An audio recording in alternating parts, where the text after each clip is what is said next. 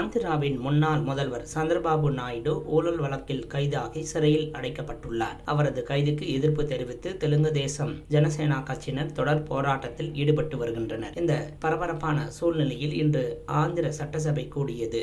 சட்டசபைக்கு வந்த தெலுங்கு தேச கட்சி எம்எல்ஏக்கள் சந்திரபாபு நாயுடு கைது செய்யப்பட்டதற்கு எதிர்ப்பு தெரிவித்து சபாநாயகர் இருக்கைக்கு அருகில் சென்று பேப்பர்கள் மற்றும் குடிநீர் பாட்டில்களை சபாநாயகர் மீது வீசினர். அந்த சம்பவத்தில் பிரபல நடிகர் பாலகிருஷ்ணா எழுந்து நின்று தொடையை தட்டி மேசையை முறுக்கியபடி ஆத்திரத்தோடு பேசினார். அதில் ஆதாரமின்றி சந்திரபாபு நாயுடுவை கைது செய்திருக்கிறார்கள். முதல்வர் ஜெகன்மோகன் ரெட்டி சட்டசபைக்கு வந்து இதற்கு பதிலளிக்க வேண்டும் என கூறியுள்ளார். அவரது இந்த செயலை கண்டு ஆத்திரமடைந்த ஒய்எஸ்ஆர் காங்கிரஸ் கட்சி அமைச்சர்கள் மற்றும் எம்எல்ஏக்கள் அவரை எதிர்த்து கோஷமிட்டனர். இதனால் சட்டசபையில் கடும் அமளி ஏற்பட்டது.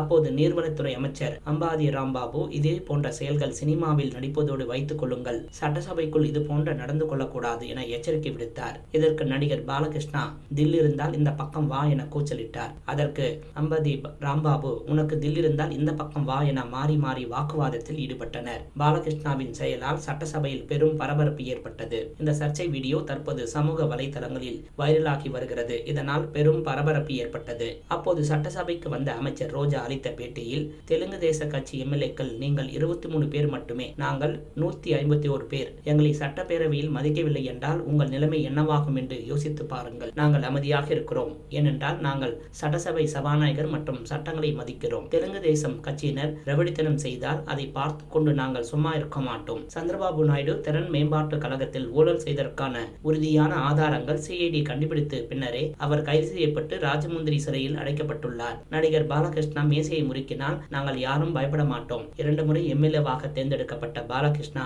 ஓட்டு போட்ட மக்களுக்காக சட்டசபையில் இதுவரை எதையும் பேசவில்லை. பெண்களை இழிவாக பேசுவது அவரது வழக்கம். மைதுனர் சந்திரபாபு நாயுடுவை காப்பாற்ற சட்டமன்றத்தில் சத்தமாக கூச்சலிட்டபடி அழுகிறார். சந்திரபாபு நாயுடுவை அரசியல் பழிவாங்கும் நடவடிக்கையில் கைது செய்யப்பட்டதாக சித்தரிக்க பார்க்கின்றனர். சந்திரபாபு நாயுடு மீது சட்டவிரோத வழக்கு இருந்தால் விவாதம் நடத்த வேண்டும். சட்டசபையில் முறைப்படி விவாதம் நடத்தப்பட வேண்டும். அதை விடுத்து சைக்கோக்கள் போல கத்தி சபாநாயகர் மீது பாட்டில் வீசுகின்றனர். இவ்வாறு அவர் கூறினார்.